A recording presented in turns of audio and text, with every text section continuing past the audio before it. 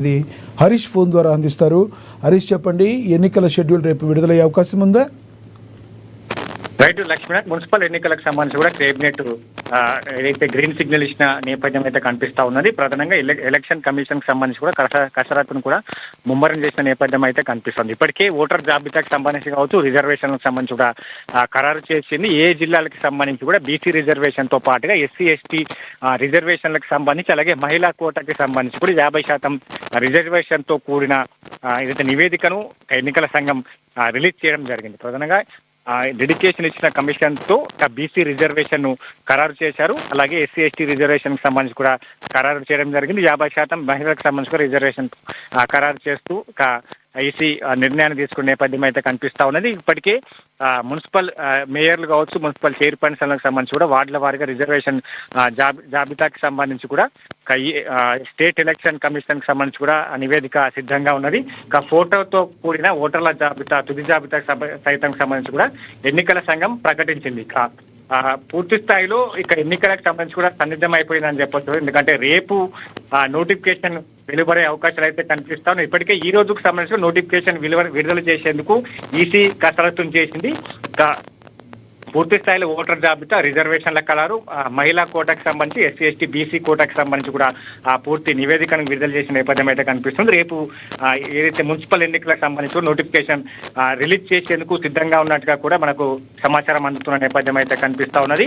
ఇక మరోవైపు ఎలక్షన్ కోడ్కు సంబంధించి కూడా ఏదైతే రేపు ఇలా నోటిఫికేషన్ వెలువడున్న నేపథ్యంలో ఎలక్షన్ కోడ్కు సంబంధించి కూడా వెంటనే ఎలక్షన్ కోడ్ మున్సిపల్ ఏరియాకి సంబంధించి కూడా వర్తిస్తున్న నేపథ్యం అయితే కనిపిస్తుంది ఉన్నది. కార్పొరేషన్ మున్సిపాలిటీలో మంత్రులు ఎమ్మెల్యేల అభివృద్ధి కార్యక్రమాలకు సంబంధించి కావచ్చు, శంకుస్థాపనకు సంబంధించి కావచ్చు, ప్రారంభోత్సవాలకు సంబంధించి కూడా స్పీడప్ చేయడం. ఎందుకంటే ఇప్పటికే ఈసీకి సంబంధించి కూడా రాష్ట్ర ప్రభుత్వం ఒక గ్రీన్ సిగ్నల్ ఇచ్చింది. 15 రోజుల కిందనే ఎన్నికలకు, మున్సిపల్ ఎన్నికలకు నిర్వహిస్తానికి ముందుకు వెళ్తా ఉన్నాం. జెడ్పీటీసీ ఎంపీటీసీ ఎన్నికలకు సంబంధించి కూడా ముందస్తుగా నిర్వహించేందుకు సిద్ధంగా ఉన్నాం. ముందుగా మున్సిపల్ ఎన్నికల తర్వాత జెడ్పీటీసీ ఎంపీటీసీ ఎన్నికలకు వెళ్తామన్నట్టుగా కూడా ఈసీకి రాష్ట్ర ప్రభుత్వం ఇండికేషన్ ఇచ్చింది. నేపథ్యంలో ఇక పూర్తి స్థాయిలో రాష్ట్ర ప్రభుత్వానికి సంబంధించి కూడా మున్సిపల్ ఏరియాలో శంకుస్థాపనకు సంబంధించి కావచ్చు, అలాగే ప్రారంభోత్సవ కార్యక్రమాలకు సంబంధించి కూడా పూర్తి స్థాయిలో నిధులు విడుదల చేయడం కావచ్చు, అక్కడ అభివృద్ధి కార్యక్రమాలకు సంబంధించి నిర్వహిస్తున్న నేపథ్యం అయితే కనిపిస్తా ఉన్నది. కాబట్టి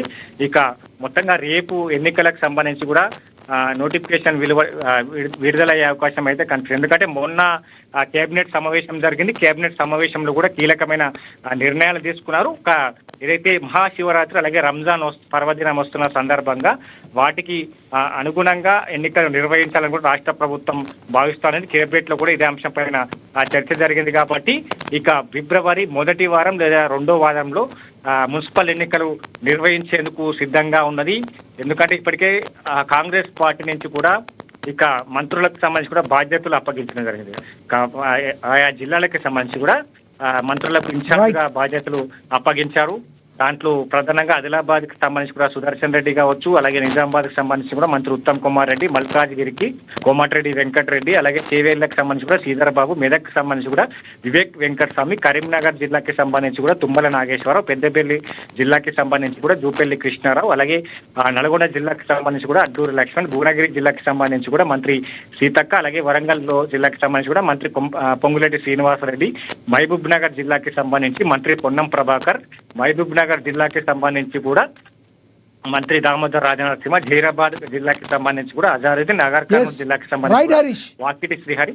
అయితే పూర్తి స్థాయిలో మంత్రులకు బాధ్యతలు అప్పయ్యారు. కాబట్టి ఖచ్చితంగా ఈ ఫిబ్రవరి మొదటి వారంలో రెండో వారాలకు సంబంధించి కూడా ఎన్నికలు జరగబోతున్నాయి. రేపు ఈసీ ఏ క్షణంలో కూడా నోటిఫికేషన్ రిలీజ్ చేసేందుకు సిద్ధంగా ఉందని చెప్పొచ్చు. లక్ష్మణ్. Thank you Harish.